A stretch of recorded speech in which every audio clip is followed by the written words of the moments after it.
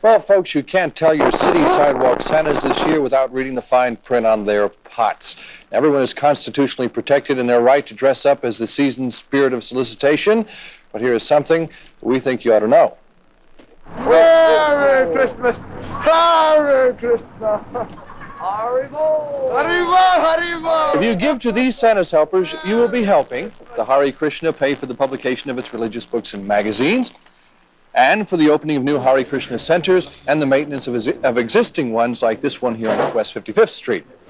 That's right, because for the second year in a row, about 15 devotees here in the city have doffed their saffron and sneakers for Santa suits.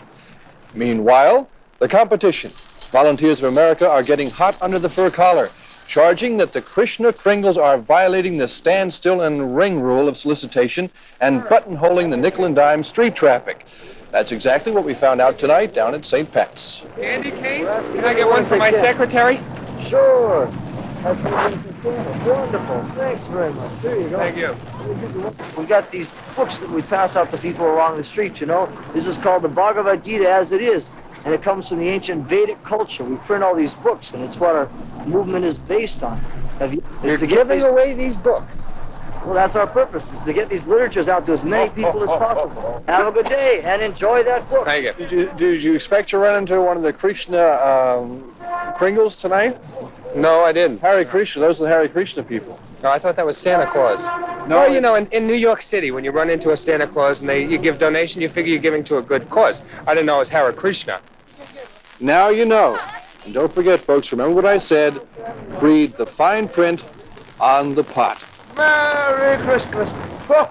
Now, the Krishna people say they have to approach us in God's work at our level of consciousness. And they say Santa Claus is where our head is at, seasonally adjusted. Merry Krishna, Tom. All right, Peter. Our heads turned towards sports next, and the red suit, the phony white beard, and the pot looking for a handout for a worthy cause. All very similar to the Volunteers of America and Salvation Army Santas.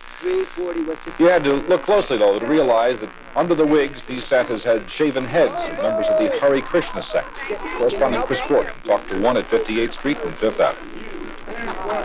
We're putting the real meaning back in Christmas, trying to understand the goal of life, which is to develop love of God. So you're from Hare Krishna? Yes. Have you been a good boy yourself? My question, though, I don't know that Hare Krishna is authorized to accept donations on this. Yes, of course. Thank you very much. We made a press release and everything. Merry Christmas. Don't forget the real meaning of Christmas. I won't forget it. Merry Christmas. Ho, ho, ho! Believe in Santa Claus? Yes. I thought your organization was more Muslim or Buddha. No, it's non-sectarian completely. The Santas say the donations are for what they consider a very worthy cause. Their center on the west side. The fundamental issue here is who has the right to don the red robes of the season's spirit of giving to solicit our support. For the Constitution guarantees you the right to dress up as Santa Claus anytime you want to, and nobody can make you. Collecting the money is a little trickier. And the question is whether a non-profit religious organization can collect without a permit. For the second year in the city, the Krishna sect has taken advantage of our seasonal consciousness. 15 of its most gregarious members have doffed their sneakers and saffron or Santa suits. Excuse me, Santi. By any chance would you be with Hare Krishna? The Krishna movement? Yes. How's business out here today? All right. Kind of cold. What exactly do? You got candy canes I see in your can, and a magazine too? Right, yeah. We pass out our literature.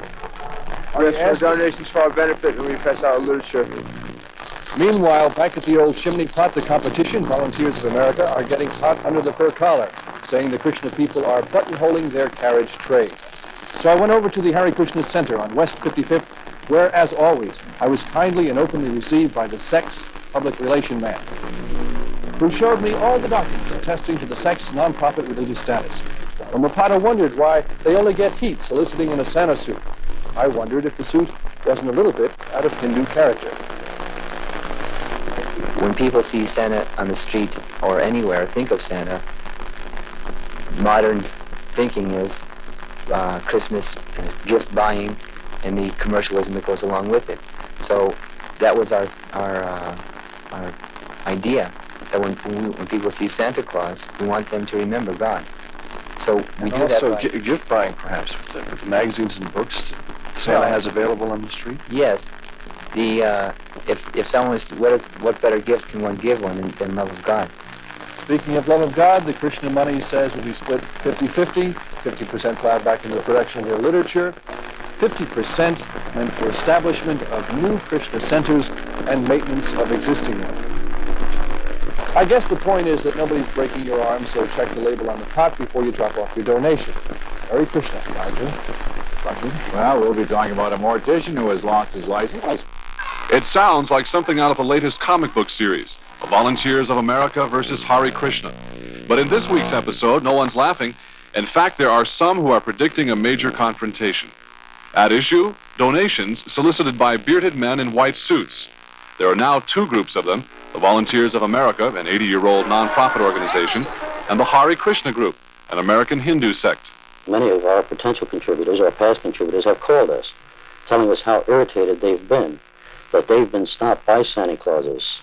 And we've informed them that our Santa Clauses never stop any passerbys.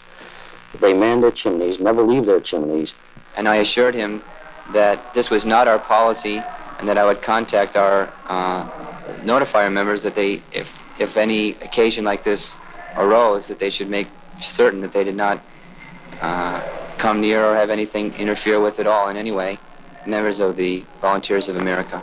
It almost takes a program to tell the two groups of clauses from each other. That's what's bothering the Volunteers of America. They say that many people on the street think that they're all the same group. They're not, and here's the difference.